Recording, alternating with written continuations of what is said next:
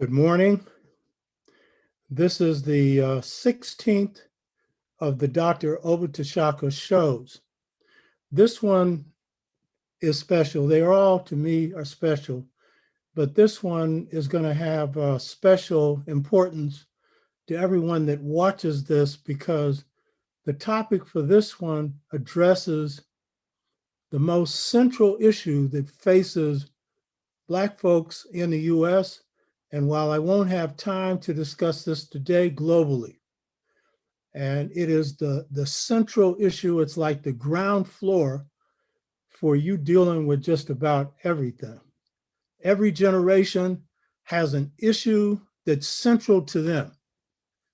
This one is not so easy to understand from the surface.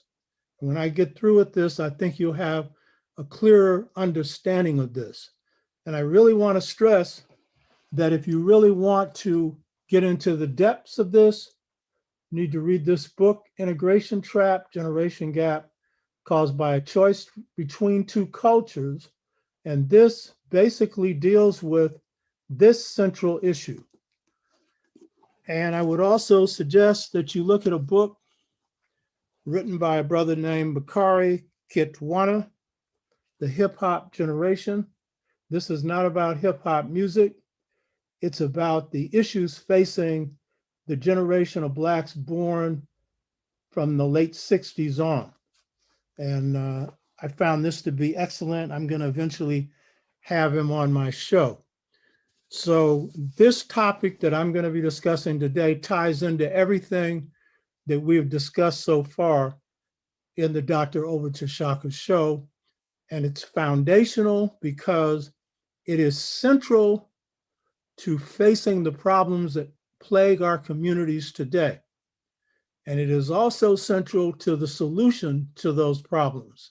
At a later time, I'll apply this to the African world because it applies there as well. And generally, I don't repeat myself.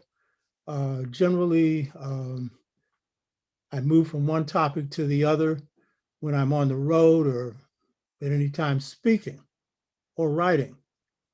But the one thing that will keep coming up, no matter what the subject is, will be this subject that we're dealing with today. And I could have titled this topic differently, but some people wouldn't have known what it was about. But you'll see coming out of this discussion what the foundation issue is.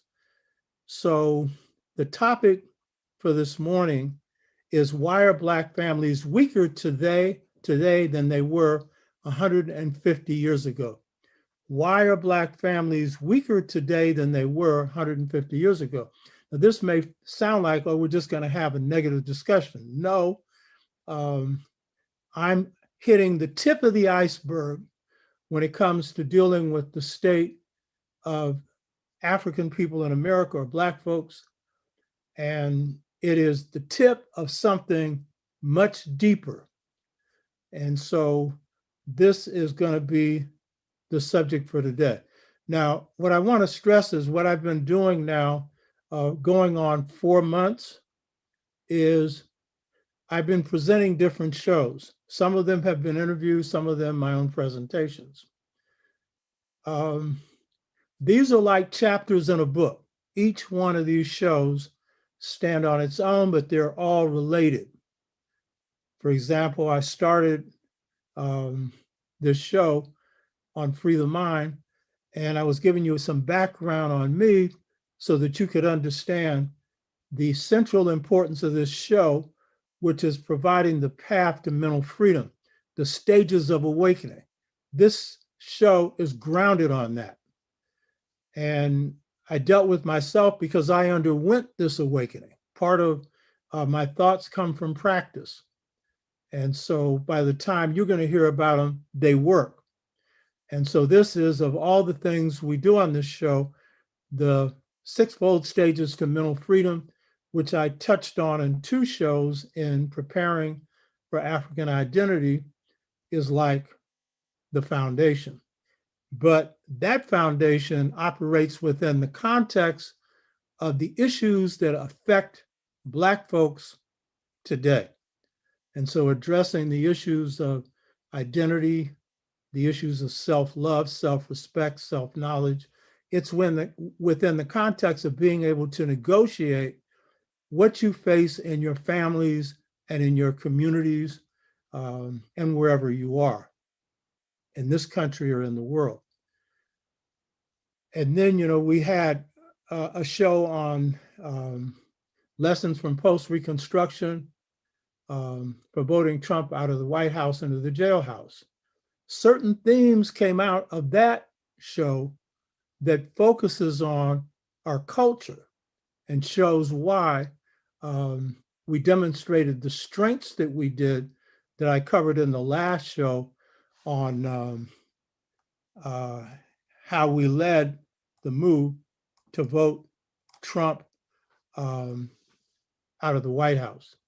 So all of these are interconnected, but you're going to see culture is really at the foundation of all of them. And then the awakening process, the same thing with the show, The Spiritual Blues, which is, I think, one of the two best shows, The Spiritual Blues and Lessons from Post-Reconstruction for voting Trump out of the White House and the jailhouse, which has now been renamed Black Power and something else. But if you go and look at it, it starts with the topic of Black Power. All of them are showing you how everything stands on your culture, both African and especially this new African and African American that we have generally neglected. So the topic for today is like a signature topic for me. If you listen to Brother Malcolm X in the 60s, you will note that he had certain central themes, one of which was the house Negro and the field Negro. That was his theme, and it was kind of addressing his way of looking at the Black freedom movement.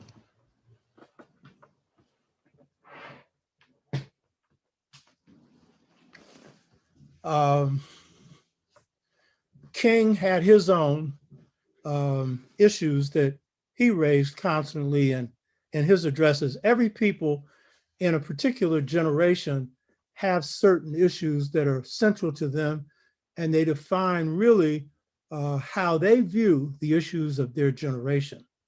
And so this topic for today is a topic that bridges two generations, those born before the 60s and those born after. That's everybody.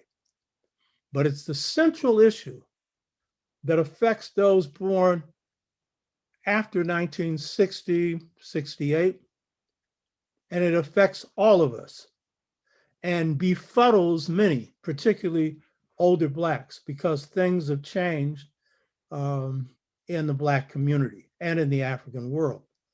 So the topic I'm dealing with today, why are Black families weaker today than 150 years ago, is really based on central issue, the signature definition of both the problem and the solution for what we face today. So the question is, why are Black families weaker today than 150 years ago? In African American culture and African culture, the two most important principles are family and spirit. Family and spirit. And so when we address the issue of family, we are addressing the issue of the culture, because it's the family that transmits the culture. In fact, it's the very nature of the family that defines a culture. If your family systems are just, then the likelihood is your culture will be just, because it's the foundation for your culture, which is no more than saying, if the relationship between men and women is balanced, is just, then you're going to find that society will be. Now, we've come up under oppression, so we know that we have to cut through a whole lot to get through to good relationships. But generally, when we do, we're drawing from our culture. So family and spirit, central to this culture, to African culture. Another way to put it is in an age in which a majority of Black families are led by Black women, your mama and God. Or to put it another way, when a basketball player slam dunks or a team wins a game, they attribute it to two things. What is it? God and my mama.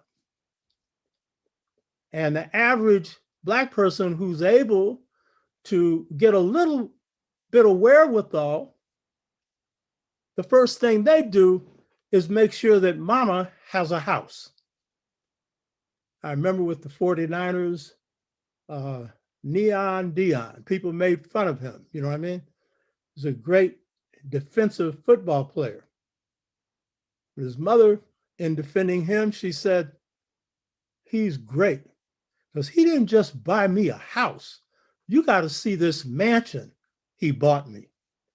My computer person, brother named Cinnabar, just got through buying his mother a house, and he ain't rich. You know what I mean?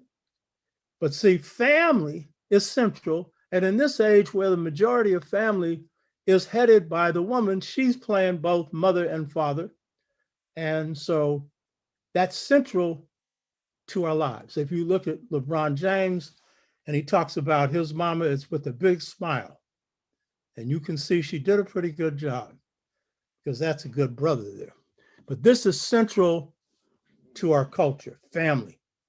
Now, when I asked the question, why are Black families weaker today than 150 years ago?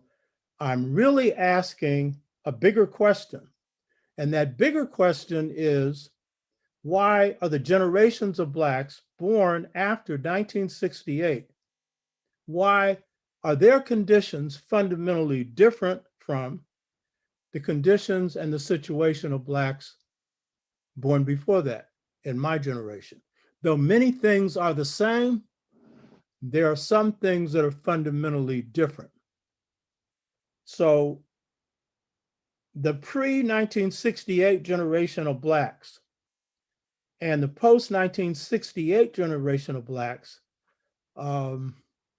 will be able to forge some kind of intergenerational unity at a higher level, much better, when we understand both what the generation since 68 has in common in terms of situations that they live under with the generation born before. And when we have a better understanding of this, we will have a stronger foundation for intergenerational unity. So this is a key question that we'll be answering, at least to some degree, in this discussion today. Now, one of the biggest divides between the post-68 generation or post-60s generation of Blacks and the generation earlier is what I call a situational divide.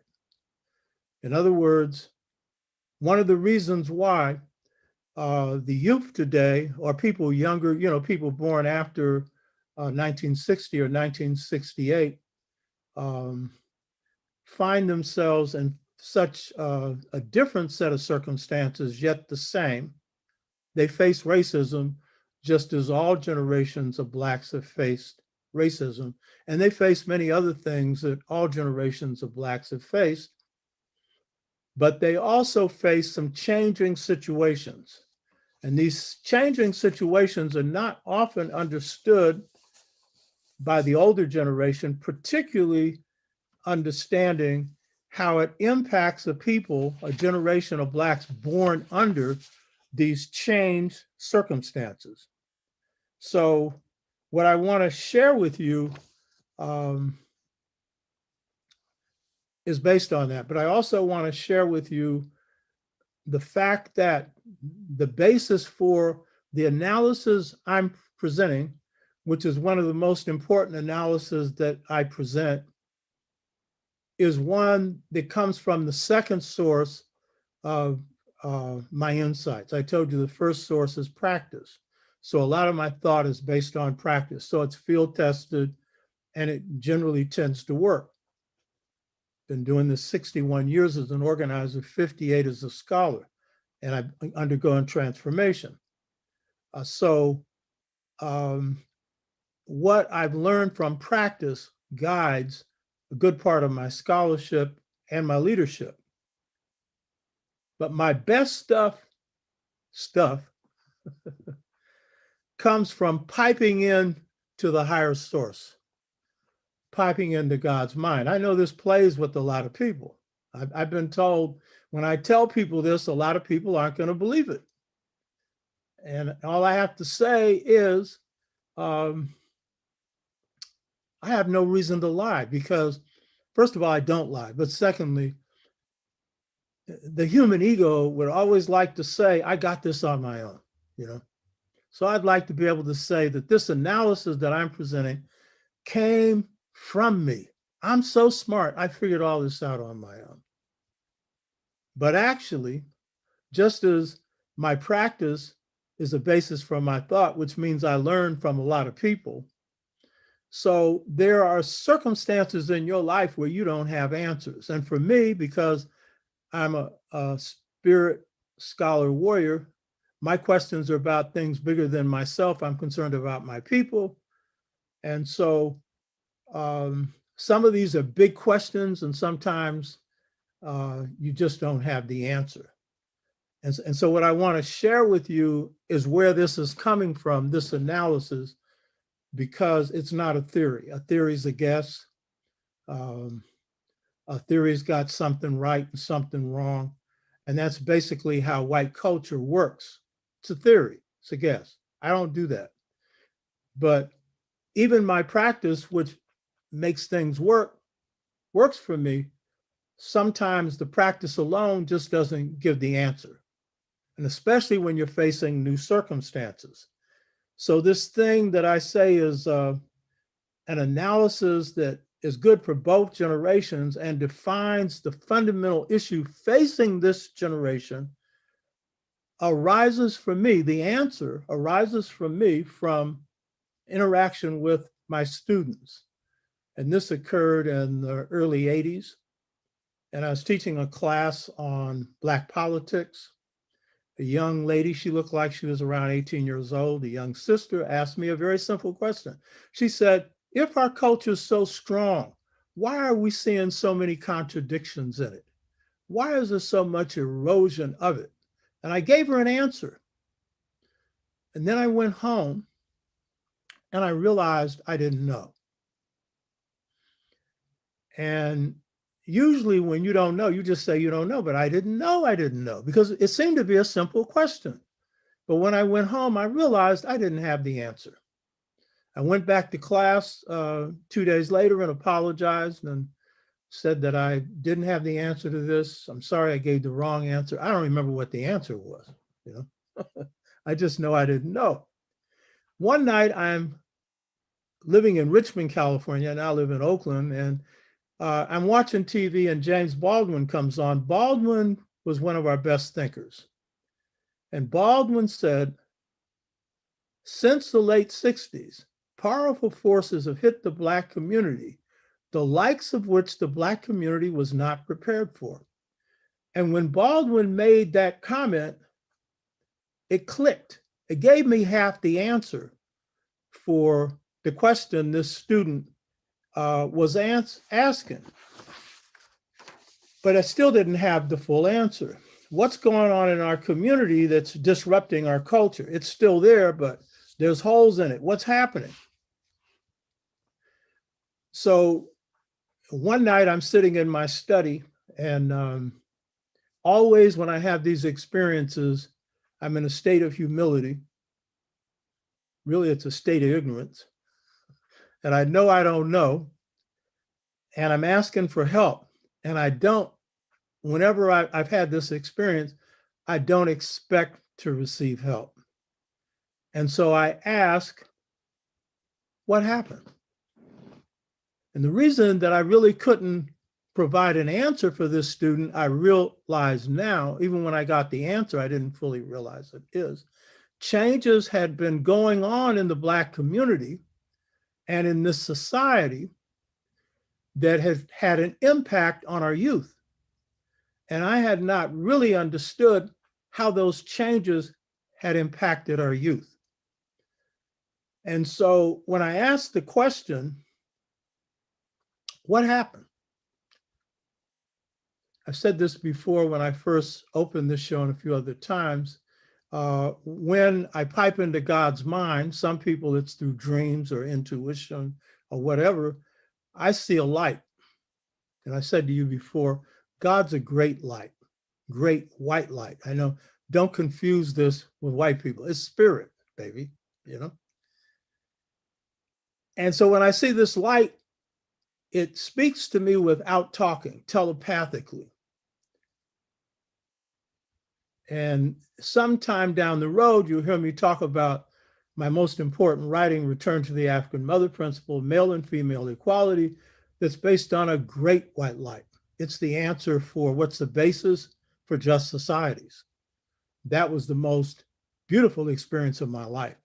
This light wasn't as bright because I was asking a question that was important that I didn't have the answer to, and a lot of Black people didn't have the answer to, but it wasn't as big. It was asking about what's gone wrong in Black communities, what's shifted that would cause some holes to develop, some cracks to develop in our culture that wasn't there before. And so I saw this light, beautiful light, and without talking, telepathically, it said, what happened is a choice between two cultures. A choice between two cultures. What this meant was that the forces that James Baldwin had described as powerful hostile forces that had hit Black communities had put Black communities and Black people in a position of choosing between a mad Euro-American culture and African-American or New African culture that has an African foundation. What makes this particularly difficult is that most of our people who got hit by these forces that I'm going to describe in a minute didn't understand the consequences. Didn't, as I didn't understand that the forces that hit our community was putting us in a position where either we would draw from our strengths, our cultural strengths as African people and negotiate them and handle them, or could begin to take us out of our culture, not wholly. No, don't misinterpret what I'm saying. A choice between two cultures does not mean that, so some of our people have just gone completely out of their culture. No, culture is your way of life and designed for living. And as a result, it's in you. It's like the roots of a tree, you know, it's in you. But elements of it can be eroded, just as elements of African culture were eroded here, and it required us to create a new African one. So that is the problem. You know, the problem is that we often didn't understand that some of the behavior changes we started to see, some of the institutional changes we started to see in Black communities due to powerful forces that hit us was actually taking us out of our culture. Now, in certain cases, we did. Drugs, for example, that we'll get into later. It was obvious. That's taken us out of our culture. But there's a lot of other things that we didn't really either understand that they were taking us out of our culture. We certainly didn't understand it was putting us in a position of choosing. And you may say, well, what's different about that than enslavement? Well, enslavement, we were attacked as a people. Our culture was attacked and every effort was made to destroy it. And because of the power of white power in this country, a settler colony, as opposed to the Caribbean where Africans were in the majority, this required us to go inside ourselves, draw on the roots The fundamental principles of our culture and spirit and family are at the heart of this. And of course, on this desire for freedom, and out of this, drawing from African foundation principles, we recreated a new culture. So the difference between enslavement and what we're facing now is that enslavement, we were recreating culture. In this case, while there's always cultural recreation, because as conditions change, you have to produce changes in the culture. That happens. Cultures are not fixed. But in this case, the forces that hit us put us in a position of making choices. And when you're not conscious that that's happening, it makes you more vulnerable. Now you see behind me this yellow picture that I always refer to of Amilcar Cabral, the guy with the sunglasses on. The greatest leader, I think, greatest political thinker, greatest organizer, and best military leader in the 20th century. His casualty rate in his armed struggle in Guinea-Bissau and Cape Verde, which he led, proves that. 120 or so Guineans and Cape Verdeans lost and over 50,000 Portuguese killed. He was effective in the armed struggle, but I draw on him more because of his thought. And his thought was very perceptive. And one of the things that Cabral said was this: you measure a people's chance for achieving liberation by the qualitative difference between the culture of the oppressed and the culture of the oppressor. To the degree that the culture of the oppressed is different and generally operating on a higher ground, then to that degree do you have a chance for achieving liberation. If your culture is close to that of the oppressor, you may not even see yourself as being oppressed. There were some house slaves in enslavement who thought that their masters treated them so well that if you ask them, let's run away, they'd say, why should I run away? Where can I find a better house than this? Because they were taking on the culture of the oppressor. But not very many house slaves felt that way. Malcolm exaggerated that when he said, the house slave would say, where can I find a better house than this, and all of that. A few, they always knew they were in the attic or sleeping under the stairs or in a closet. The majority of house slaves ran away with field slaves.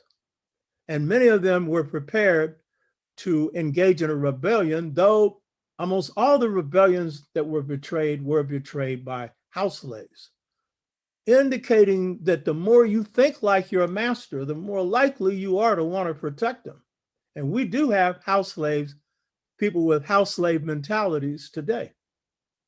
They're calling it our country, our White House, our president. We put the president in the White House. We're going to kick his behind to get him to do what needs to be done. But do not fool yourself. Our president, look at his record. He's only doing better because you put him there. So the thing is, we have faced a set of forces that have hit us that has put us in a position of choosing between two cultures. So the real question is, how do you make the right cultural choices? That means you've got to know your culture. You've got to know the forces that have hit you. And then you're going to have to roll up your sleeves to do right. In most cases, our culture will carry us through that. But in some cases, we're going to have to be conscious of what these choices are. So when I asked, why are Black families weaker today than 150 years ago? So the Black family is really a metaphor or a symbol for the culture, and we'll be talking about the culture as a whole. And it is the transmitter of the culture, along with other institutions in the culture. Now,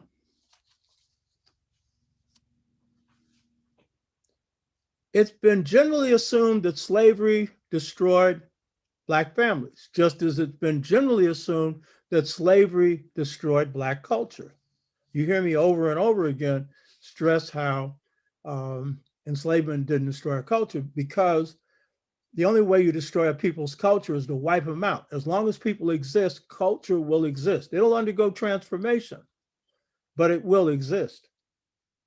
So what's also commonly assumed is our family systems were destroyed because we were not allowed to formally marry. Because in some cases, masters picked your mates, but in most cases, the literature on enslavement shows that the bonds of love were too strong for masters to get in the way of. And so in most cases, the union between male and female was chosen by those two. And there was plenty of love on the plantation. That is one of the things that kept us going. But here's the key thing to understand about the Black family that has generally been surprising to a lot of people, including scholars.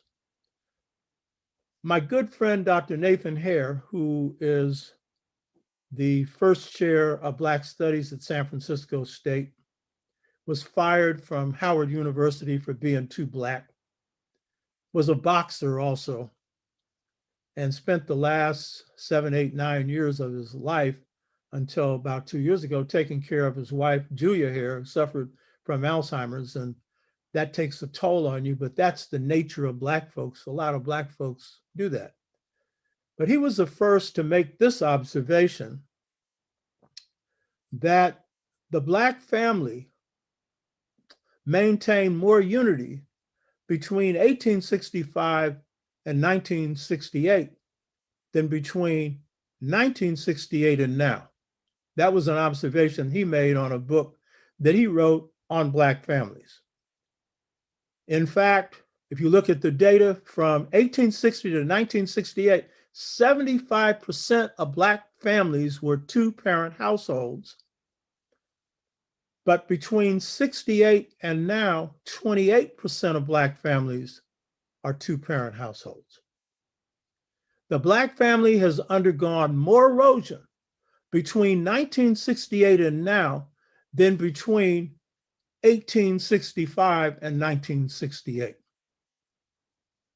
So something must have happened to bring about those changes, because Black people maintained two-parent households in circumstances that were hellish.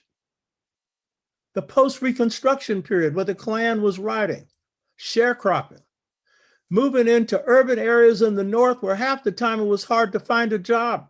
And the jobs really opened up when there was a war.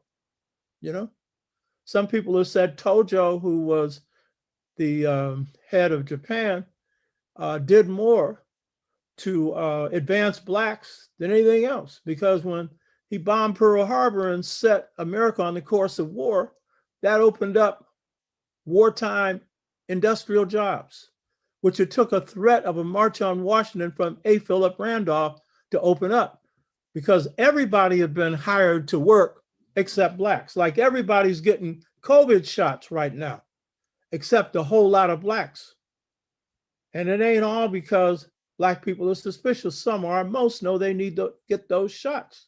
It's a systemic racism that is endemic to American society and to Western society, but especially American society.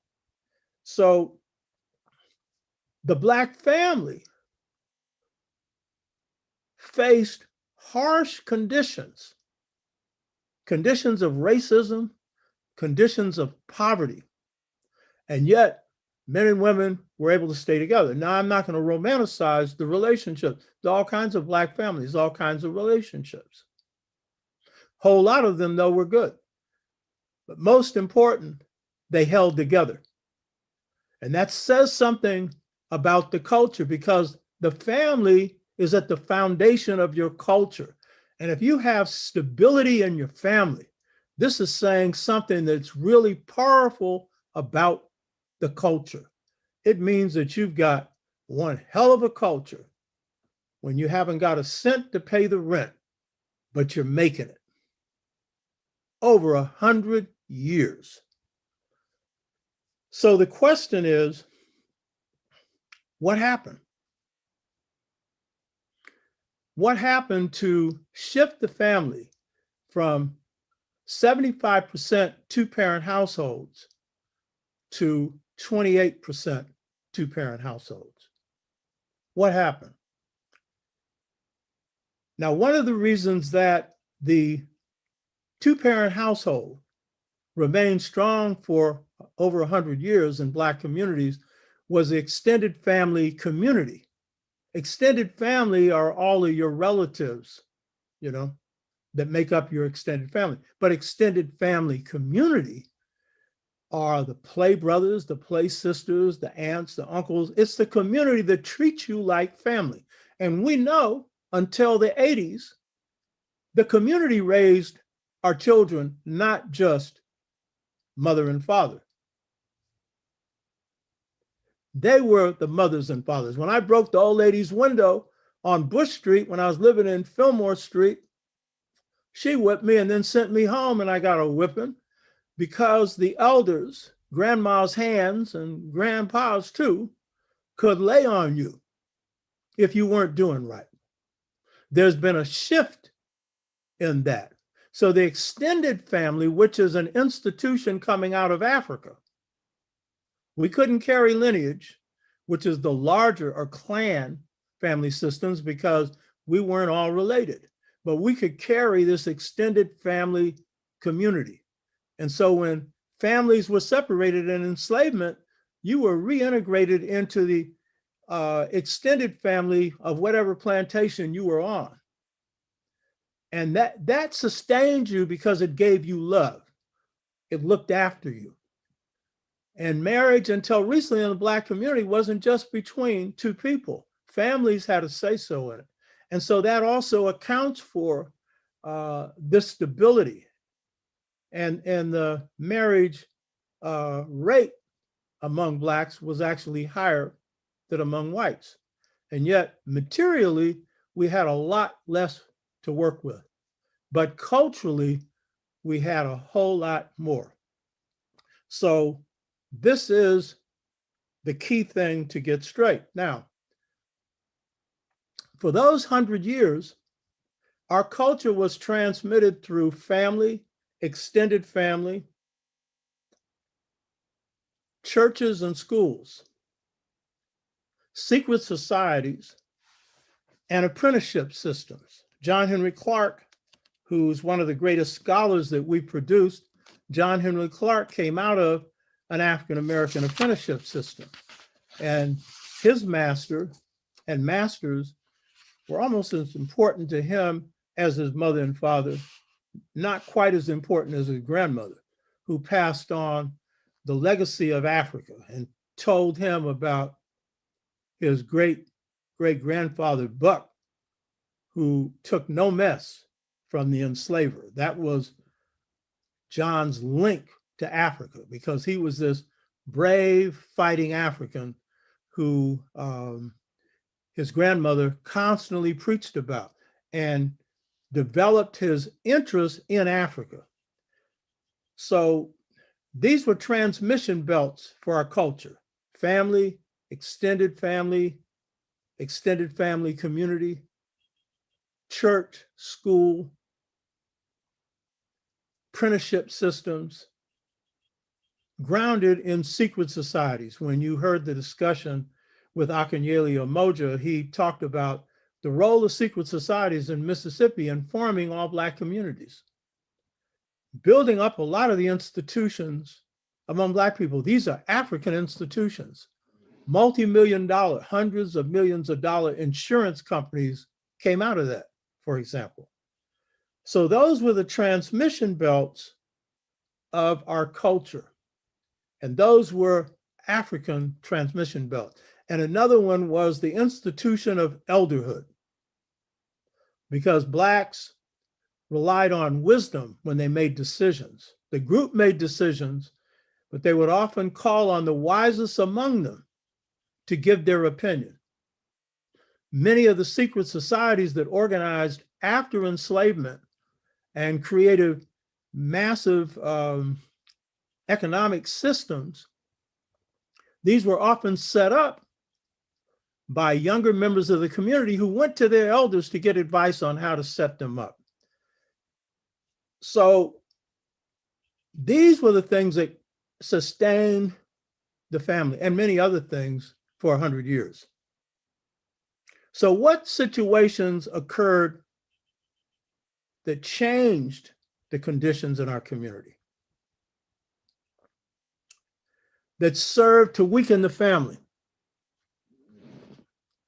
and brought change in the Black community?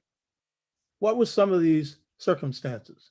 The first one was that the hip hop generation, or the generation born after the 60s, particularly after 1968, they were born under the circumstances of the second post-Reconstruction.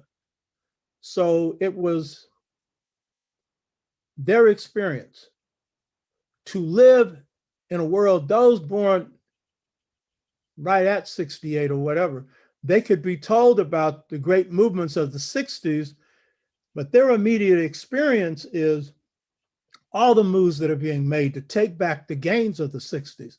That was the second post-Reconstruction. The first one was 1876, Hayes-Tilden Compromise.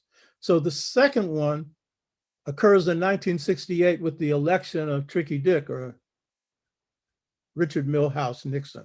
And so you see the Supreme Court being stacked with conservatives, and they're moving against the gains of the 60s. That is still going on. So the younger generation has grown up in this context. Now, what are the powerful forces that hit our community? And the key thing to get straight is that the choice between two cultures, the choice between a Euro-American or an African-American culture, is often played out in Black communities through generations. And so we see the greatest differences in cultures being manifested between, or expressed between, the young and the old, those born after the 1960s and those born before. And the main reason is that this younger generation has been hit and in fact been raised up under circumstances in which certain powerful external forces have had a more direct influence on their life than their elders. It's affected their elders too, but this has been their environment. Whereas the elders have had some other environments to draw from that served as the transmission belts for this great culture. Often ignored, in African philosophy, there's a principle that we often miss in European cultures because we're taught to think individually. And so we always look at people's behavior and base our conclusions on how we respond as individuals. Someone takes drugs, well, it's their responsibility. They didn't have to do it. So Nancy Reagan's can come up with a slogan, of choose not to take drugs. Well, that's a good point. We all have choices. But African philosophy teaches you the greatest force in life is a force of organization, and countering it, disorganization. And so whenever you have a situation where society is highly organized in a positive way, you're going to see better outcomes coming with people's behavior. And when you have a lot of disorganization in a society, you're going to see more negative outcomes. The best example, and it's one that's not a pretty one, is rape. A lot of sisters and a lot of women have experienced sexual abuse. That's disorganization. And of course, it's coming from a deranged set of behaviors. But if you've experienced that, then that's going to upset your equilibrium, your balance in life. You can overcome it, but chances are you're going to need help to overcome that. And so when powerful hostile forces hit your community, they are disorganizing forces. And in this case, causing choices between two cultures. So this one that I'm going to start with, we often don't identify. Some of us, it's just simply an employer. It's either can you get a job with this group or not. And if you are, you're satisfied. And if you aren't, unless you can set up a business or get a job with state or local government, you're in trouble.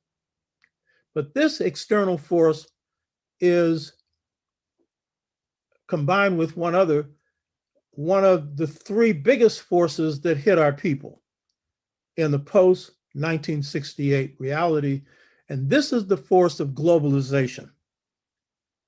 And generally, our culture understands racism. Very often, we're not even looking for this thing called globalization.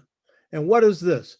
This is the merger of corporations into bigger and bigger entities, to the point where the globalized community run by corporations, you find that these corporations have more power than many nations combined.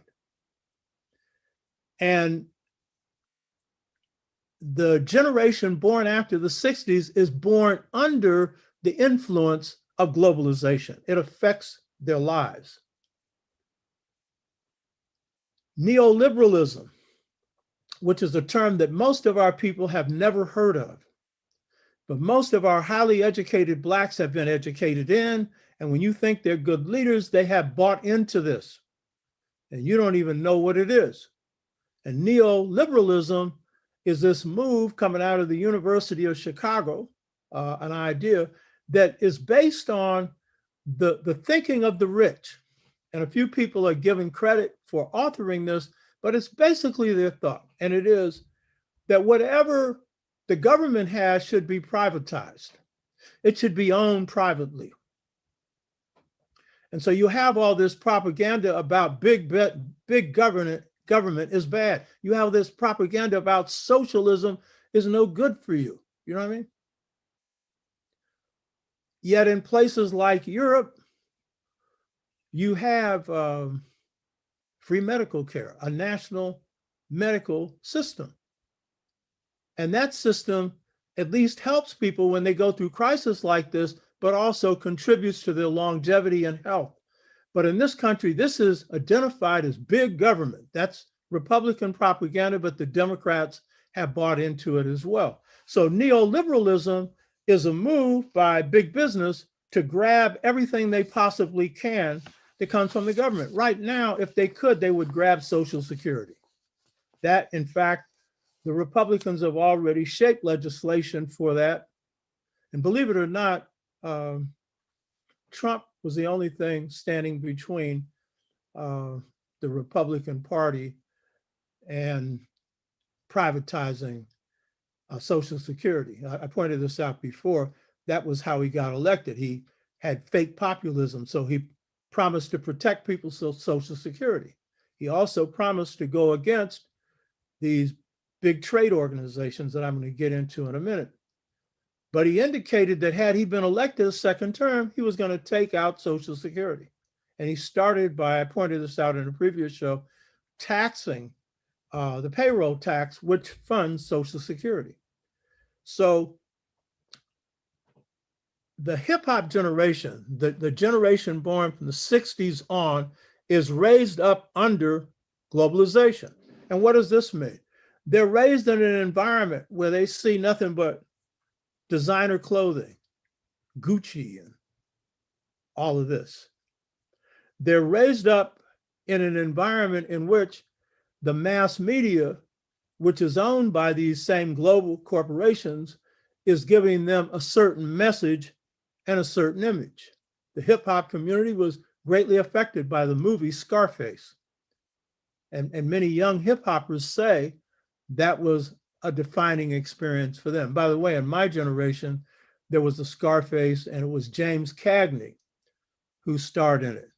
And he was coming out of the Al Capone era. And I found it to be a scary movie as a kid. But it didn't have an effect on my generation's values because my family was in charge of those values.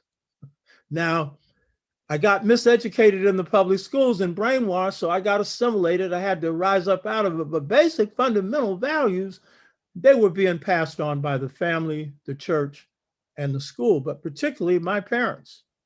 They got that through. So Scarface, I wasn't thinking about being no gangster, but my uncle was a numbers runner in Los Angeles and would come up every now and then and give us free silver dollars and had him a nickel-plated pistol.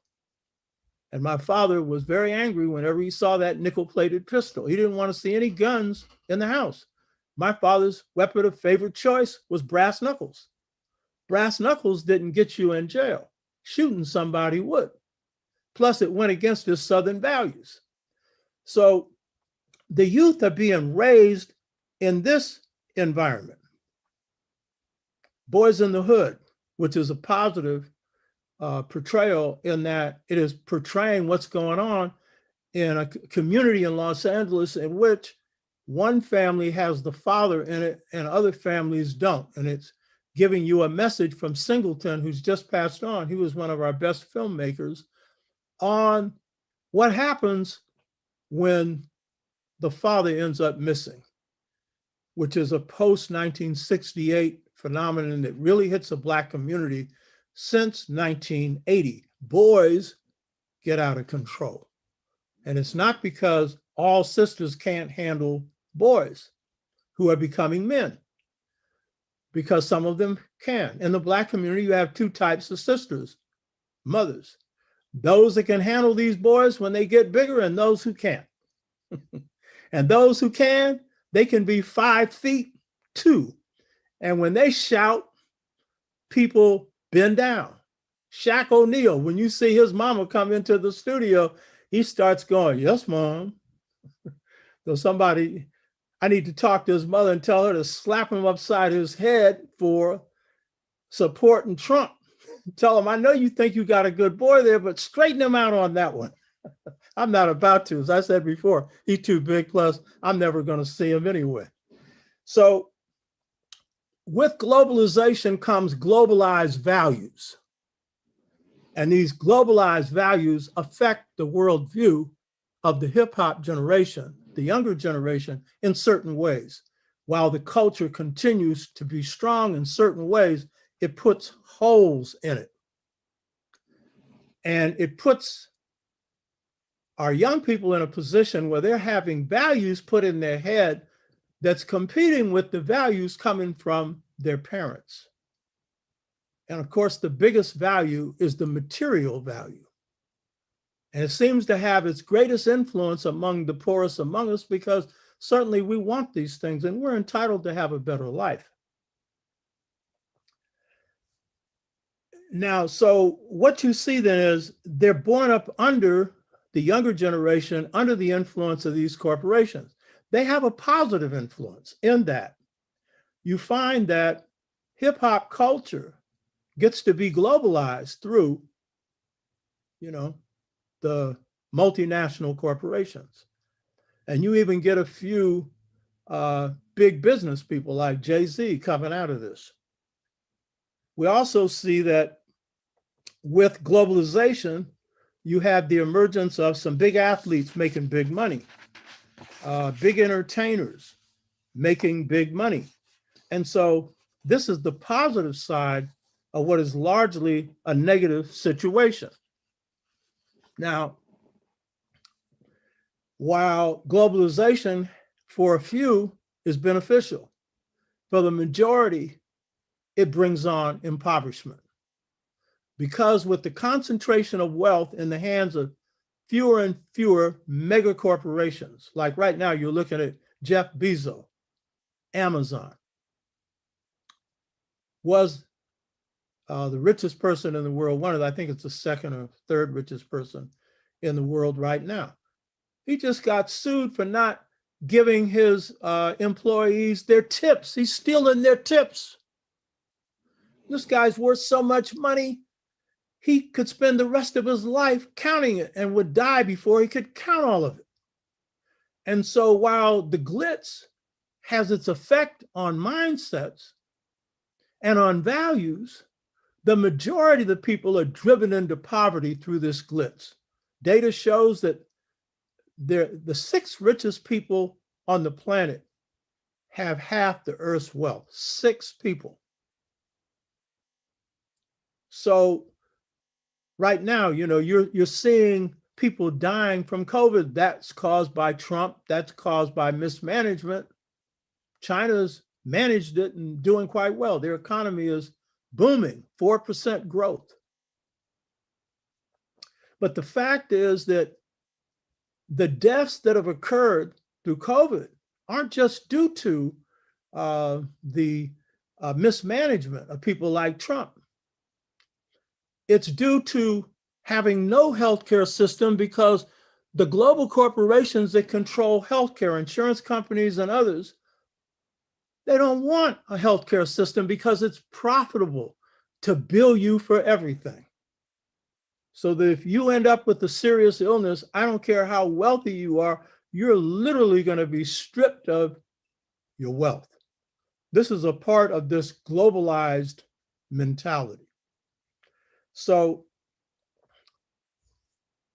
since World War II, and in fact, towards the end of World War II, a global order has been set up. These have had an effect on values in Black communities. There was a meeting called the Bretton Woods Agreement, or a meeting that was that occurred outside of New York City towards the end of World War II. This was a meeting convened by the United States. This meeting gave birth to the World Bank, the International Monetary Fund. And Roosevelt himself had given birth to the United Nations. This was part of setting up a global system that would put America in control. Democratic and Republican parties both move, particularly the Democrats, to the corporate model. It used to be a time where labor had an influence in the Democratic Party. Reagan destroys really the base of labor unions in this country. About 12% of workers in this country are in labor unions. It used to be much higher.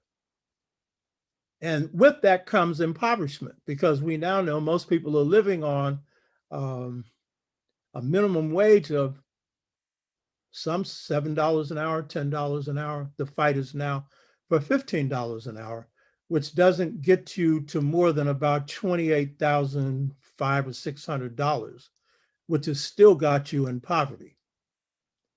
So globalization, the breaking of unions, increases impoverishment. And then you have trade organizations or agreements, NAFTA, North American Free Trade Agreement, GATT, General Agreement in Tariffs, Obama's Trans-Pacific Partnership that Trump killed, that was worse than all the others. All of these have brought poverty to the majority of Black and brown people and a growing number of whites. But connected to this is the decision, as a part of this globalized economy, to go to taking the best paying jobs that an average person could work, manufacturing jobs, shipping them out of the country. And so then the impoverishment reaches a high level. So if we want to understand why Black families are weaker now than they were between 1865 and 1968, is just one piece of data. With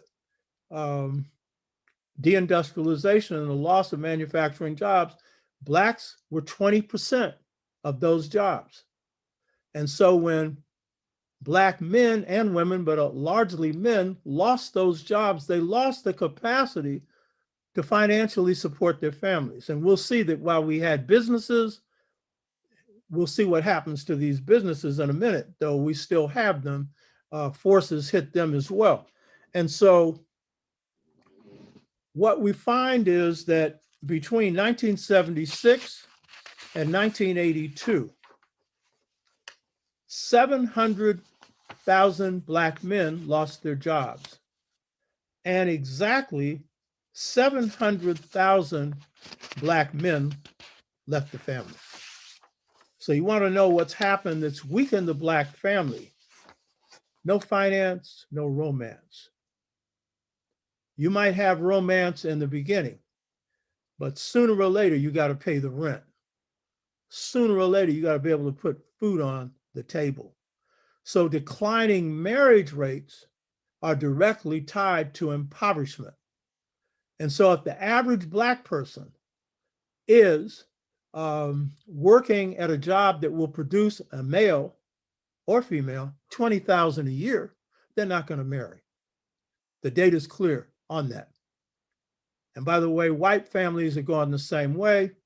But when they deindustrialize, they take jobs out of the Black community, send them to China or Mexico or somewhere else, but also the suburbs. Now, a lot of those suburban jobs are being lost. And Blacks can't get to the suburbs. They usually can't drive, but they ain't going to get the jobs anyway. So these forces are major forces. Globalization, on the one hand, affects values. On the other hand, it affects circumstance, and the circumstance is poverty. It drives people into poverty. And so what we see then is that this is an invisible force, these corporate forces. This isn't the kind of force that you just stand up to like the Klan and shoot at them, or the police and fight back, which, by the way, the police are there to, protect the profits gained by these big entities. These are invisible. They're visible in that you see them on the media, but the way in which they're organized and everything else, generally, most people don't understand that. And it affects the globe. It affects Africans on the continent. It affects Africans in the Caribbean, Africans in Europe, Africans here. Now, in addition to that, we know the powerful external forces that hit Black communities, and these were ones that reoccur, but now they become a little bit more sophisticated. In the 1860s, 70s, 80s, 90s, there was a real attempt to kill off Black leadership that had come back from the Civil War. A brother named Henry Adams, who had fought in the Civil War. He becomes a major leader in the South. He's gone from plantation to plantation, teaching Blacks how to read and write, and then organizing groups to figure out how we can get this terror off our head. And he leads a movement to leave the South to go to Kansas, Pop Singleton and others. These are grassroots leaders. Many are either killed or driven out of the rural areas into urban areas away from their base. So it has been a practice of this country to go after principled leadership. I know they came after me, you know what I mean? And so what we find is one of the powerful external forces that hit Black communities is payback. It's payback for the successes of the Black freedom movement, the Black power movement, the Black Panther movement, the Afrocentric movement, the Pan-Africanist movement. It's payback. And so one of the biggest paybacks was the assassination of key Black leaders, and Malcolm, King, Fred Hampton, a host of others, and attempted assassinations of others, and driving others into exile, or some, like Assata Shakur, was fortunate enough to have people in the Black Liberation Army and the Weather Underground to free her from maximum security confinement, and she now lives in Cuba. I know she'd like to come back and see her family, but there's a bounty on her head and she'll end up in jail for the rest of her life for something she didn't do.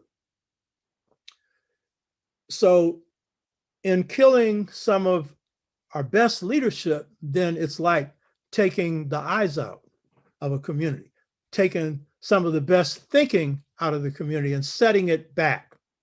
It doesn't mean that, you've destroyed liberation movements, you set them back. When you took Malcolm out, you took probably our best organizer for this radical tendency in the Black community, best thinker. And with King and Malcolm too, who had become committed to systemic change, which you hear talking about right now, except theirs was more radical. That's the side of King you don't hear about. And by the way, on this show, you've already heard a speech that I gave on King, but I'm going to have on this show a brother named Manu Ampin, who I think has the best analysis on King. If you think you know King, you'll have to hear what he says to really get a good understanding of this. So assassinations set us back, but it wasn't just assassinating leadership. As I point out in my book, The Integration Trap, Generation Gap Caused by a Choice Between Two Cultures, the Ford Foundation came up with a strategy, and that's one of the best funded corporations, funded by the profits of Ford Motor Company. The Ford Motor Company, Ford Foundation, comes up with a strategy for creating a new type of leadership. As they're killing off Black leadership that's militant, they are supporting a drive that a lot of Blacks wanted, but in a different form, to promote Blacks in the system as leaders, as mayors, as city councilmen, and other positions.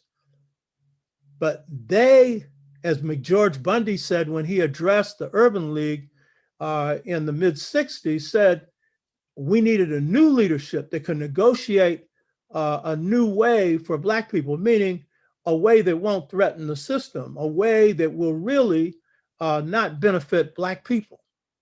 Blacks wanted mayors, but the mayors who ended up being in office largely had no history of struggle. A few have, a Harold Washington, a few others, but the majority had not. So it was a combination of a hammer where they come down on you, and then a smile where they seem like they want you in the system, but it is really to sideline you from struggle. Another powerful external force that hit Black communities, and the youth have been affected by it, but the elders as well, is redevelopment. And redevelopment, we called that Negro or Black removal in the 60s, breaking up certain Black communities. A decision was made at a high level in this country that there would be no more Black communities. Well, unfortunately, that hasn't worked, but they have broken up some key Black communities like the Fillmore, which was the basis of struggle for the Black freedom movement in the 60s that I was a part of, or Harlem. And so there's some key Black communities that have been hit. But on the other hand, you see this Black Lives Matter movement emerges out of Ferguson that has over 70% Black community. And the question is, what do we do in communities where we have that kind of numerical power? And we need to be focusing more on how we really build grassroots organization in those communities. So that's a force that hit us, and it was a hard force to resist, to stop, because you have major corporations supporting breaking up communities that had good housing, but they had Black people, and they wanted to disperse us.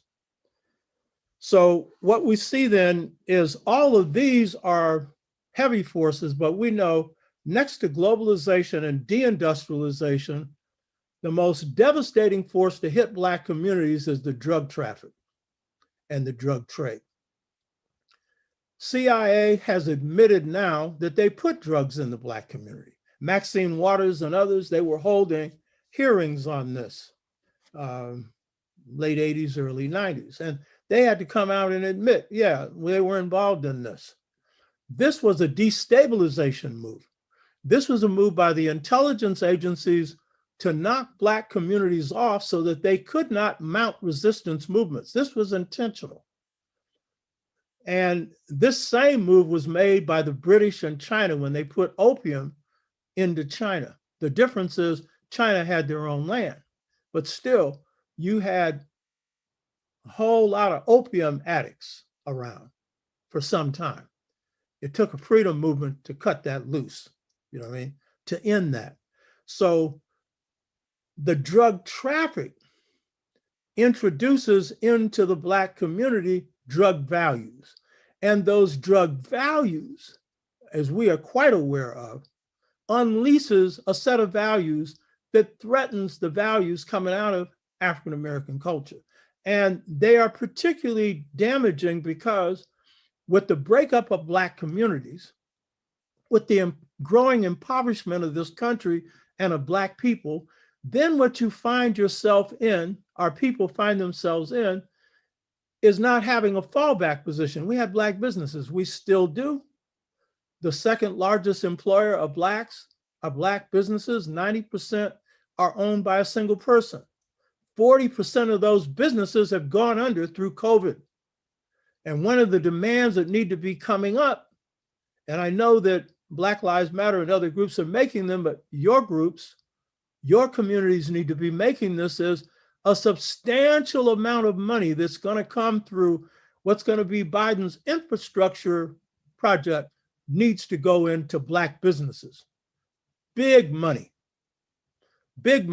because if he doesn't, black's going to turn off on him and there ain't going to be no second term. And I don't think he's going to run, given his age, a second time anyway. You're likely to have a black woman running for president, but she ain't going to have a chance if you don't address some fundamental issues. And that's one. So what you have then is, with globalization, deindustrialization, and drugs hitting the black community, these are heavy, heavy hits. And with it, we have subhuman values and we have violence hitting the black community. And the most serious damage that was done with the drug trade and the drug traffic, aside from all the things that it did to women who get addicted to their families and men, but especially women, because it will take out the maternal instincts when your whole life is based on getting a fix. So that was bad.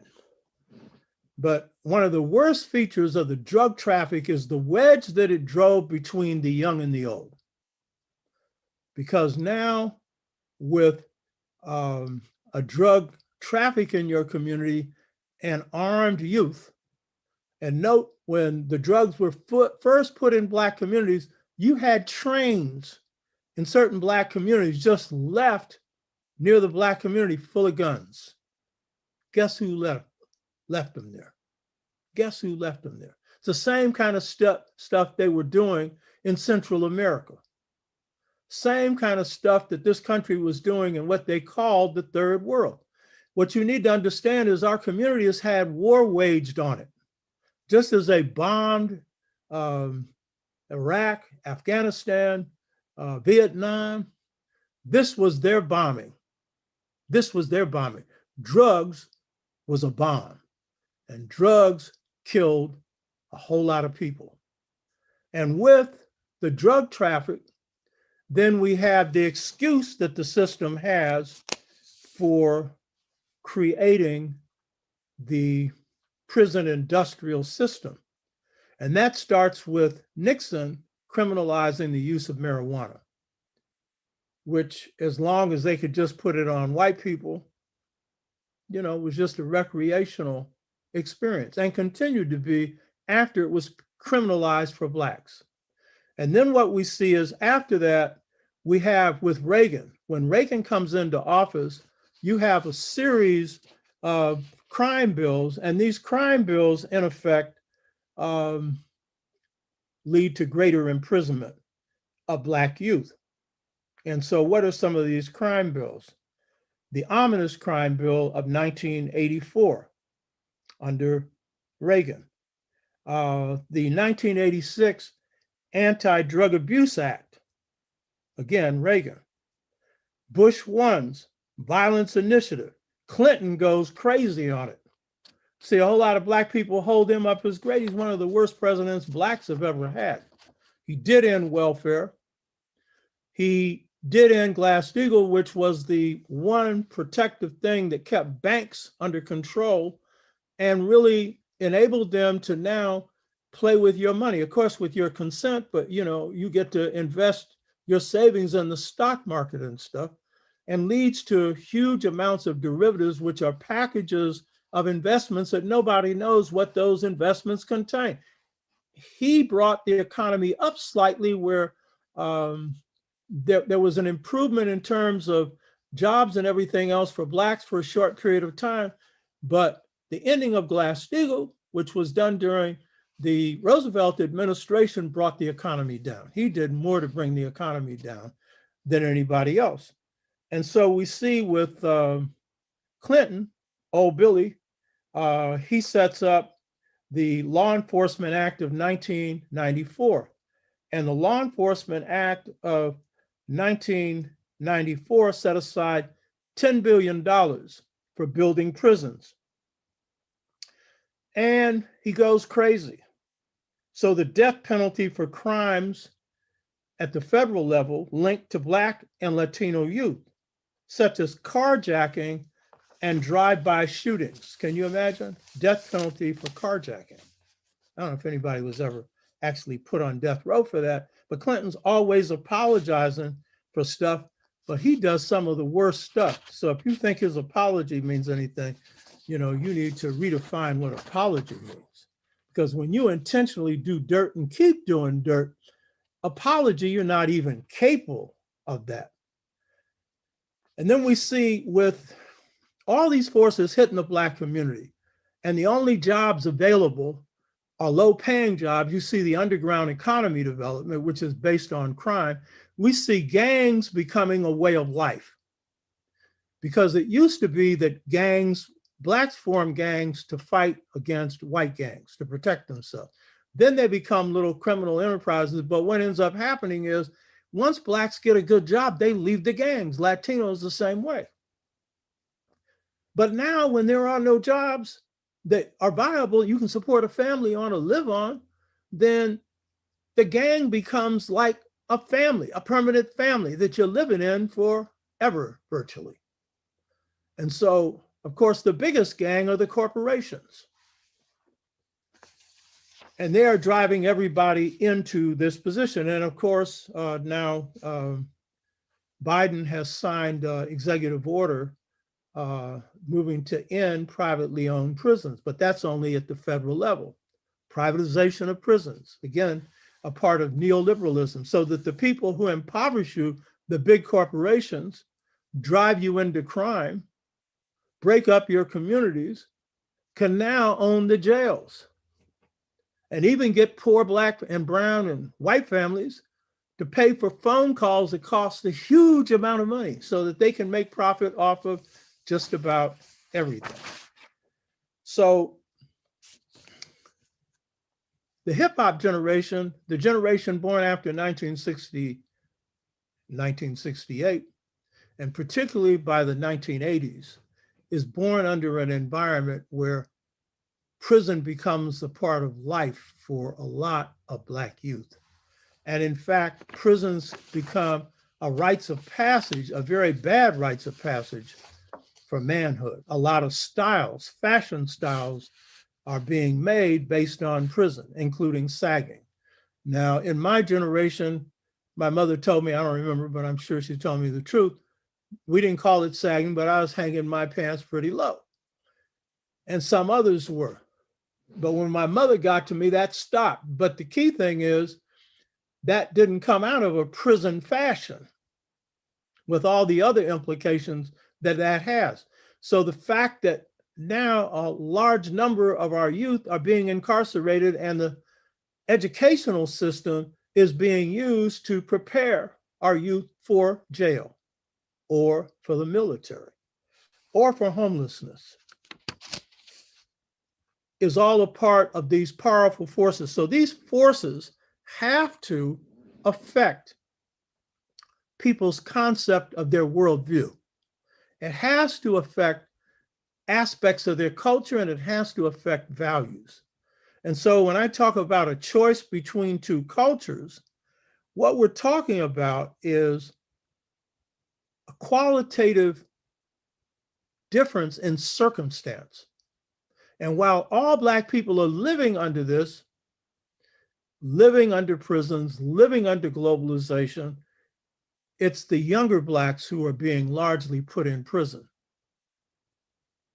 And it's the younger Blacks who are being raised in a situation in which families are weaker, and so they're not as able to combat the influences of the media, which is portraying the corporate values that are in some ways inhuman, in other cases just beyond your reach. And they can lead you to do things that you wouldn't normally do just so that you can have some designer clothes or sneakers, whatever. So these are causes for the intrusion of external forces and external values. Now, while we look at these forces and there are many others, the key thing to get straight is that in spite of these external forces, the major features of African American or New African culture continue. And the hip hop generation continues to hold on to some of these key central values in the culture. The youth, and you know, I've had a discussion with some youth on this. Some Black youth will say, well, my generation's not conscious of race, that they're not race conscious. I said, like hell, yes, they are. As long as there's racism, there will be race consciousness. And so the hip hop generation continues this race consciousness, but also race pride. Now, the research of Dr. Wade Nobles and Lawford Goddard on the Black family, it indicates that while there's a value among Black youth of marriage age around Black pride, not as many of them are teaching their children the values of race pride. And that's because the corporatized, globalized influence in their environment leads to a greater emphasis on individualism. One of the biggest shifts between the young and the old is between the values of the group and the individual. In African American culture, you have always had to be a strong person, so you could say a strong individual, and at the same time have a value for the group. But what happens with the intrusion of these external forces, a greater value is placed among too many of the young on the individual over the group. Surveys on this show this, but you don't need surveys, you know this. And African American culture is fundamentally humanistic.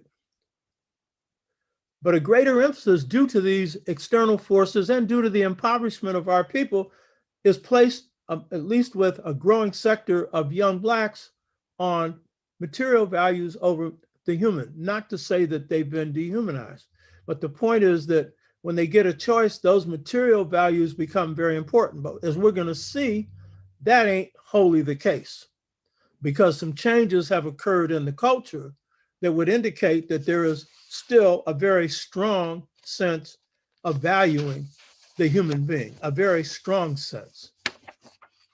And our mothers and fathers, especially our mothers' teachings, have taken root in many of the younger generation.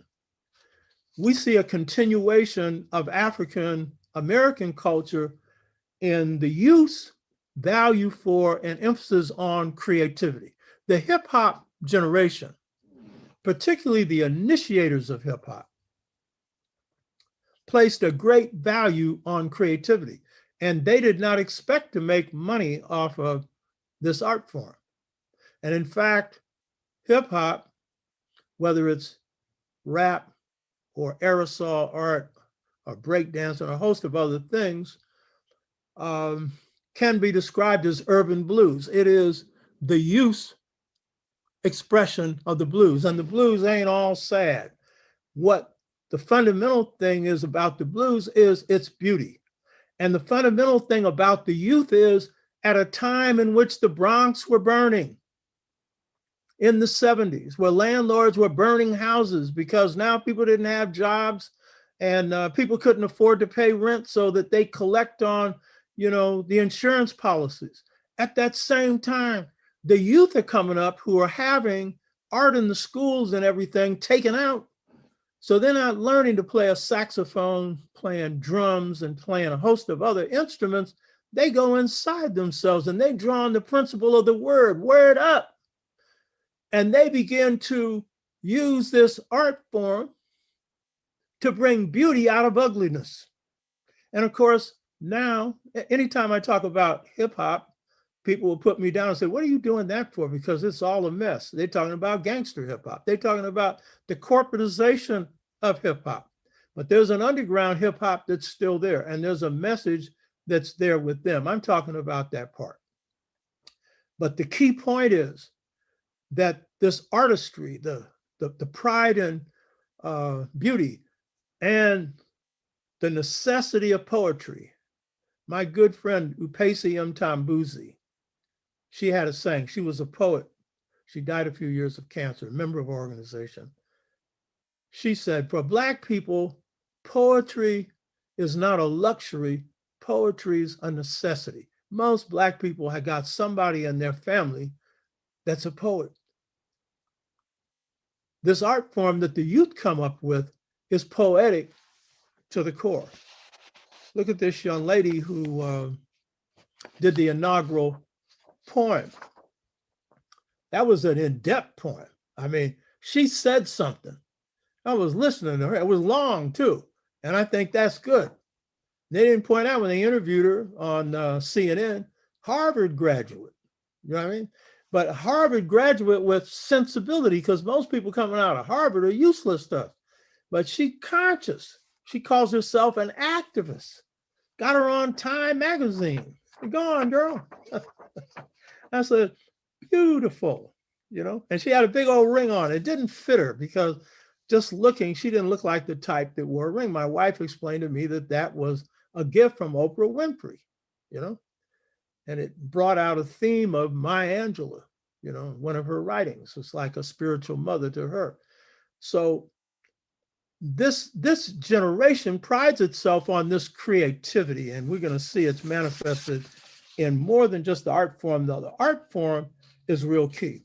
Hip hop generation, this generation born after the 60s, still has a fundamental value for freedom. And in fact, their art form is an improvisational, innovative art form. And that is what freedom is for us, to be able to create. We define freedom as a creative process. You got to be free from restraints so you can create your own thing, you know, what you were brought here to, you know, to do, to bring out your own gifts. So the hip hop generation continues this. Now, marriage rates are low because, on the one hand, marriage ain't exactly affordable for a lot of people. With a number of generations experiencing single parent households and seeing some marriages that come and fall apart, some people have come to have a mistrust for marriage. And so singlehood is another choice between two cultures. It's not one that we want to make. Most Black men and women want to be married. But the fact is, some have come to mistrust the institution of marriage, but they still want families. And so what we see is new family formation. So when you say 28% households, two-parent households, you've got all kinds of relationships. I mean, I hear brothers and sisters talking about, I'm into a committed relationship. They got all kinds of names for this, but they're sticking with each other because they love each other. And as we pointed out before, even with the declining percentage of Blacks who are married, most of those are Blacks marrying Blacks, which means Blacks like each other. But the hip hop generation got some real issues around male-female relationships. And we know that.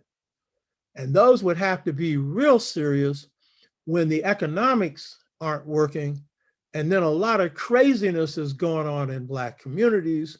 And when some sisters, and I don't put this on most sisters, but some sisters find it attractive to be attracted to the bad boy. He's got the glitz. He's supposed to be bad. He's got the ride. He's got this and that. And he's usually got a lot of jail time and a short life expectancy. And that's not true for most sisters, but for some. And that's, again, an intrusion of someone else's values. So this choice between two cultures is especially manifested on a generational level. But what's real key is that when we look at the question of this choice between two cultures and we look at generations, my generation is defined as the civil rights generation or the Black freedom movement generation or the Black power generation associated with the Black Panthers and with a host of other movements. My generation is defined by its best. All generations are. Yet everyone in the generations not involved in those movements, but have benefited from it, are inspired by it, and in many cases are the basis for it. If the people hadn't rose up in the South, no Black freedom movement. So we can talk about a king, he's a mouthpiece for it.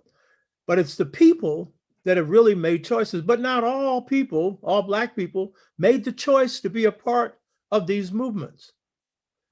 So the fact that what we've called the hip hop generation has found a political voice, starting in Ferguson and then working its way up, is a testimony to positive cultural choices that this younger generation has made. And while we call this the Black Lives Matter movement, if we notice the uprising on George Floyd was an uprising that came spontaneously from the grassroots. The masses of Blacks joined by whites, joined by Asians, joined by Latinos, largely young, but not all young, but largely young. That was an upsurge of the grassroots. And what's interesting about this is at a time in which our community's been hit by heavy external forces, the only way you're going to really be able to address this is if we have powerful internal forces that combat that. And it's not going to be any singular leadership that's going to be able to come up with, here's the answer and follow me. The day of the Kings and the Malcolms, they're over. I've been saying this for 25 years. And most of my age group wasn't listening. This younger generation got the message.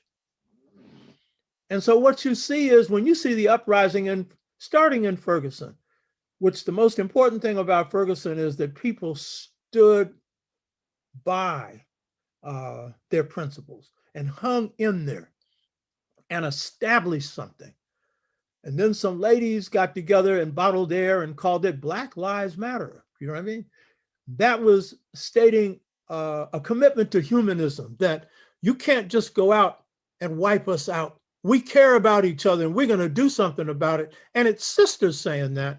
And that is really saying something about the relationship of brothers and sisters. As raggedy as they may be on one level, on the other level, it's reaching a very high point of love, to the point that the youth prepared, and some older ones, but especially the youth, to put their lives on the line to express this principle. So the fact that this generation has found its political voice is a testimony first to the mass of our people, who, as Fannie Lou Hamer said, are sick and tired of being sick and tired, and are tired of the police running into our community and running over us, you know, and are standing up. And so this is a real key thing. Don't forget, though, these movements occur at the same time that violence is still going on in Black communities. When Black Lives Matter movement was going on in Chicago, I get a call from one of my good friends saying, man, these Negroes up here are still shooting each other. What's wrong with them? You understand? Huh? So I'm not saying that, oh, we just wiped the slate clean. No, we still got problems. But the fact is, a large sector of the younger generation has found their voice. One of the things that I think is real key here is that, on the one hand, in the powerful external forces causing a choice between two cultures, we have this problem that a lot of our youth, especially, are put in a difficult position, our elders as well, but especially our youth, of choosing, making the right choice when they think we don't have a culture. How are you going to make the right cultural choice when what you're living every day is your culture, but you've been told you don't have one? You understand?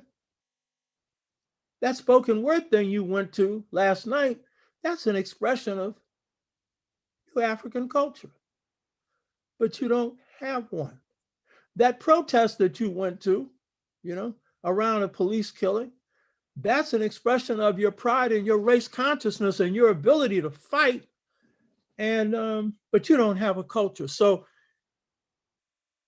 young and old, but especially the older generation, bears some responsibility for not having done the in-depth work of examining this culture and pointing out its strengths as well as its weaknesses, but especially its strengths. African American culture is the culture of popular choice of this country and of the world. The world has a better appreciation of how powerful this country is, of this culture is, than most of us inside this country, because they're moved by it. Every aspect of this culture you'll see here, go to Europe and you'll see groups formed on it. The Nation of Islam, they got Nation of Islam chapters. Afrocentrism, they got Afrocentric groups. You hear me? Black Lives Matters all over the place. You hear me? Black Power movement, Black Panthers. They had the Bali Panthers all the way in India, which is or Dalit Panthers. These are the untouchables, the blacks whose country was taken away from them. You got a global culture. Globalization has a culture, but on the one hand, it's the materialistic stuff that is beamed through television and commercials. The art form of America, as Gore Vidal pointed out, pretty good historian. He said, America, and he's talking about white people, their only art form is commercials. I mean, if you're watching a movie, these movies, I watch Netflix to relax my brain. It takes me 2 hours to find a movie because it's all crap. You know what I mean? But, you know, if you're watching a show and you see a commercial, it's funny, but it ain't no art form. Give me a break. They're selling a product. They just put all their energy into that product because money, honey. You know what I mean? So our youth have been put in a position where they need to understand that to talk about hip hop as a culture is a misnomer. Hip hop's an art form. It's an art form of this younger generation, which is their urban blues. But the culture is the depths from which that art form grows. At its highest level, it's its highest expression.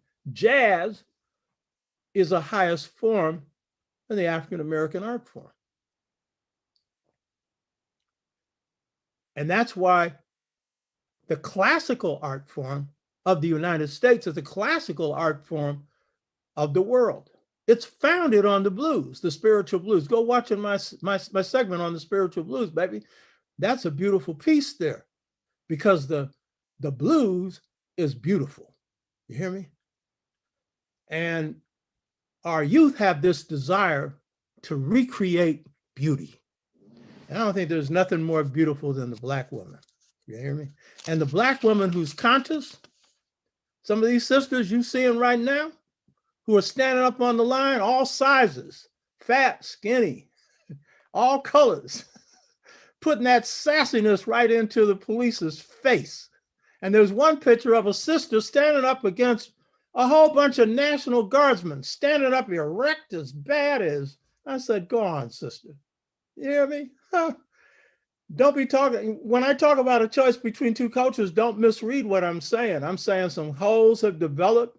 There's forces that have caused it, but this culture's got deep roots, and the roots are in the souls of Black folks. You hear me? And no matter how bad things get, we get tougher. I don't care what the situation is, we're suited to handle it. And as my great teacher, Professor Ray Richardson, taught me, I've said this before, I don't repeat myself too much, but this one, she said, as messed up as we are, we ain't as messed up as they are, and we're smarter. So in case you think I'm just romanticizing this, no, but I'm saying the Muddy Water is beautiful. That's Muddy Waters, the blues musician, but it's Muddy Water, that's the culture. You hear me? And mud has got water, and that water is nourishing. It's funky. You hear me? It's soulful. It's down home.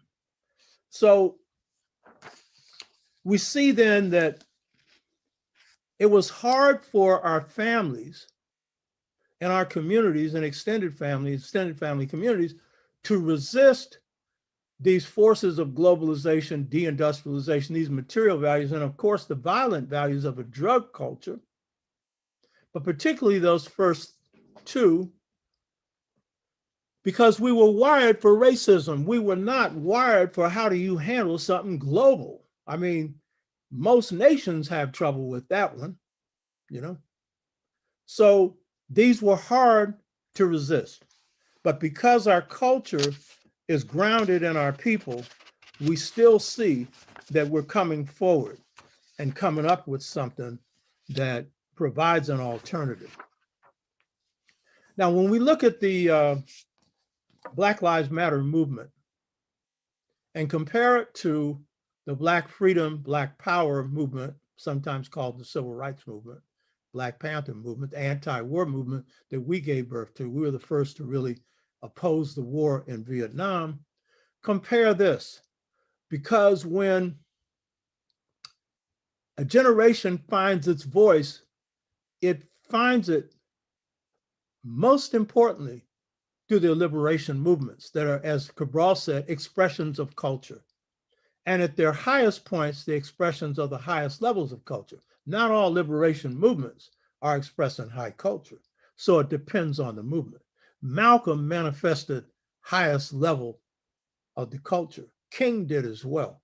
Neither one were materialistic. King got the Nobel Prize, put it into the movement. Malcolm took a very small salary from the Nation of Islam, lived in a little small house, and didn't even put the mortgage in his family's name, which was his mistake. He should have. But the thing is, they thought about the people before money. And this Black Lives Matter movement, I think we can say safely that they're placing a higher value on the people. Though there's some funding that they've received. I don't know how much, but it's probably substantial. But the fact is they put their necks on the line. Now, when we look at measures of success, look at this.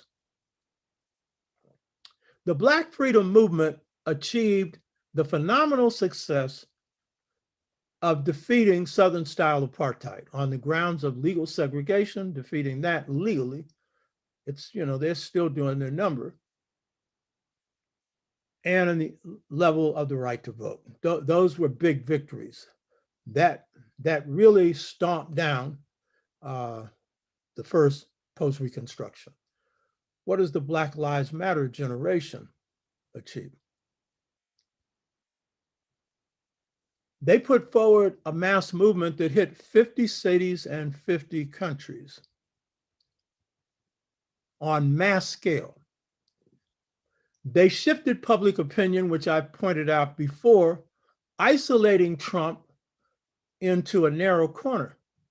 He still held on to his Republican base of white people, mainly. He was the white president and brought in 4 million more in this election. But his strength was his weakness. His strength was white people. His weakness was it was restricted to white people with a few blacks, a few brown. And of course, whites were divided, a majority on his side. But when Black Lives Matter hit the street and the picture of George Floyd being stepped to death, Breonna Taylor murdered, and a host of others, they stood on this humanistic principle and isolated him. And that isolation, along with the mobilization, as I pointed out in the last presentation, brought out a huge vote that knocked him out of office. So in part, the grassroots in general, Black Lives Matter in particular, can say they have scored a victory for their generation. And that victory is doing in a psychopathic, racist, fascist inclined, ill-informed president. And you didn't just do this for Blacks, you did it for humanity, not just in the United States, but around the world. And it doesn't mean you have a saint in the White House right now, and it doesn't mean you go to sleep. The pressure has to be put there. So that is a singular achievement. But it is saying something about that generation, that while there are values, and in this particular case, the individualistic corporate values that have hit the youth, and it's still there, but there is a higher set of values coming out of the movements that this generation has put forward. Also, and this is, and I'm going to wrap up on this one, our culture's been hit hard, holes in the culture.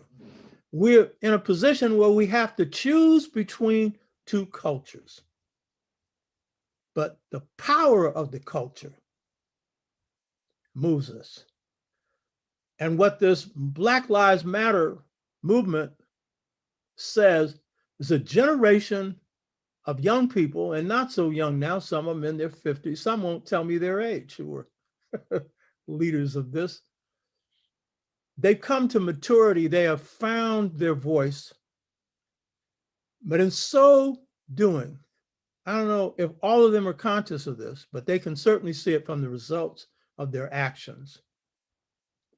They have demonstrated that this culture still has the ability to create chain reactions. When we move, Asians move, Latinos move, white youth move, even some white elders move, and the world moves.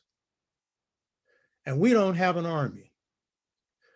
We don't have the kind of global economy. We don't have the media power that the corporations have. Yet what is blared through the media that is most appealing is coming from us. Sometimes distorted stuff, but often with a message.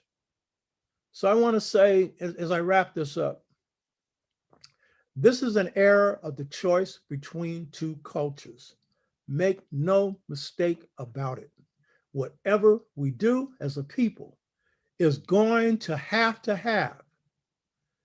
a cultural component tied to the politics, a cultural component tied to economics. Obviously, a cultural component that is the basis for us defending whatever we have.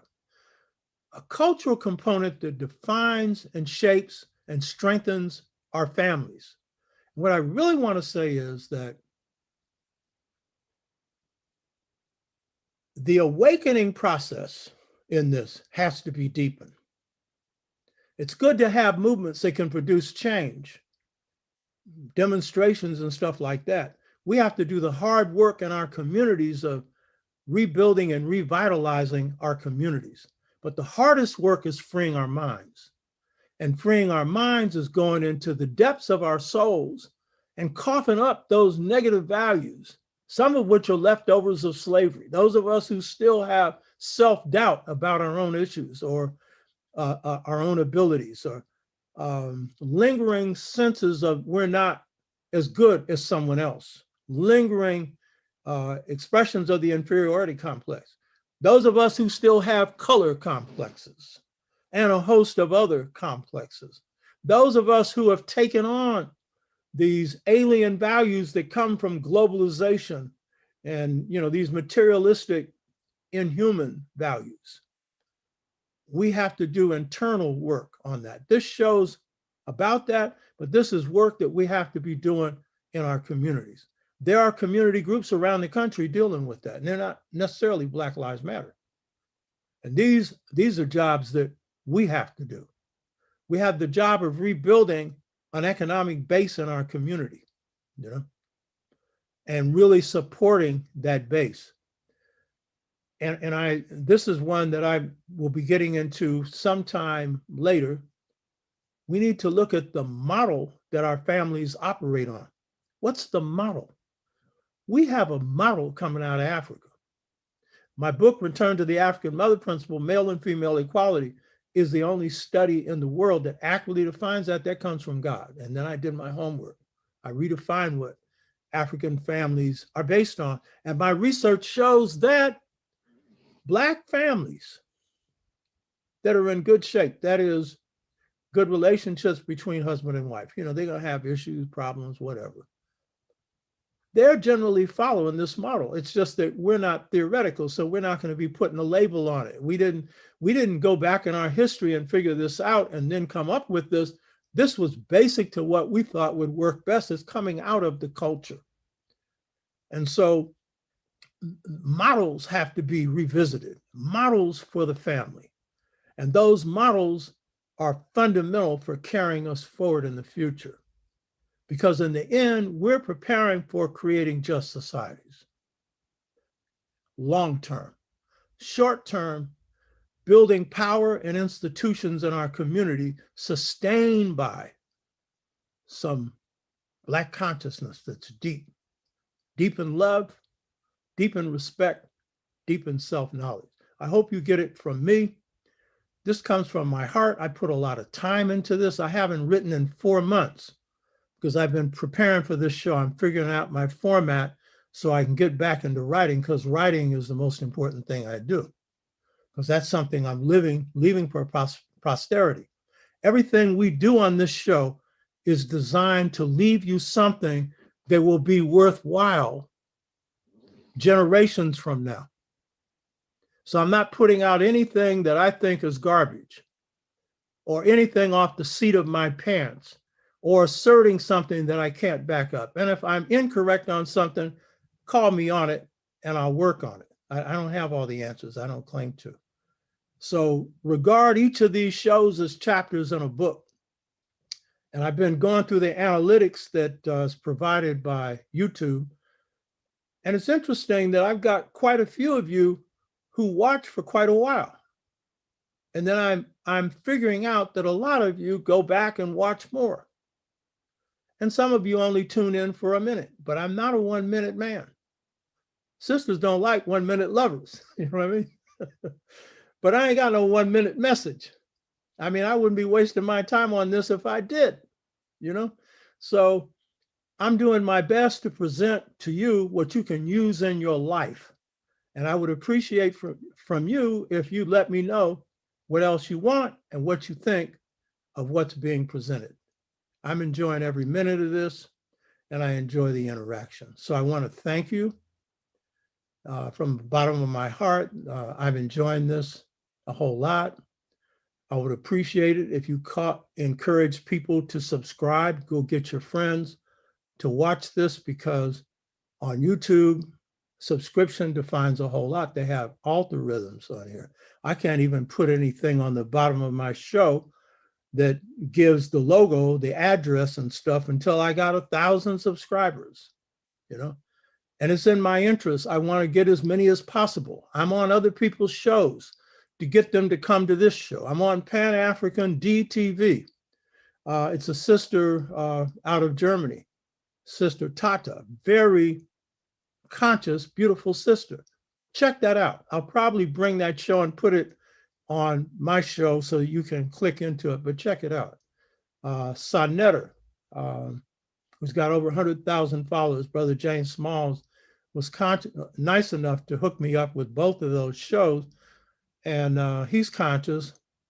I was on there maybe 2 months ago. And I'm doing that so that I can bring in more viewers, because I'm doing this so that I can impact a larger audience of Black folks to encourage you to use your own powers, to strengthen yourself, strengthen your identity, and strengthen your communities, strengthen your people. So I just say Hotep, and I'll see if there's any comments up here. I see one. Robin Hughes. Hello, Dr. Tashaka. Thank you for that explanation of hip hop as an art form born out of our cultures. I agree. I often hear people say that hip hop is a culture. Yeah, good point. I I think it's interesting, though, that a lot of hip hoppers created a total package. So they thought, a package of the rapper, uh, the turntable artist, the aerosol artist, they prefer that to graffiti, the breakdancer. You know what I mean? So that's a total package. But what's interesting is that most of your real creative hip hoppers will tell you, I was listening to some that you might not hold in the highest regard. Snoop Doggy Dogg, he was saying, before I do my stuff, I listen to me some rhythm and blues, indicating that there's something else he's drawn from, the roots. And we know Public Enemy, those are among the most conscious of the hip hoppers, the rappers. Chuck D, his mother came out of Black Panther Party, So there's a direct linkage there. So hip hop is an extension of the culture. It's a new expression.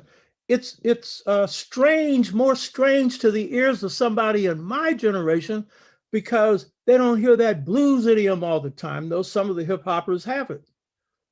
But it's their expression given their circumstances for trying to address the conditions today, the positive ones. Now, the negative ones that have been taken off, the little Waynes, who call himself Monster Wayne. Of course, he can say what you want. Trump gave me a free pass, baby. I get it. I don't expect you to send that back. But get smart enough so your little black behind doesn't have to be going to jail because you're packing a gun. First of all, that's probably worth somebody's house. And secondly, ain't needed. Can't you hire some legal security? And you probably don't know how to shoot anywhere. You know what I mean? And probably would shoot the wrong person. So, there's the negative side. We're aware of that. And by the way, every art form that we produced has positive and negative. It ain't all been good. You know what I mean? But basically, it's our highest expression. This is from Stephen McKenzie. Dr. Tashaka, I saw you on both platforms. Great job. Thank you. And he's also in an earlier message, Black Power. And this is from Joyner Hampton. Thank you. Love you, Dr. Tashaka. We are all greater because of you, Ashe. I'm greater because of you.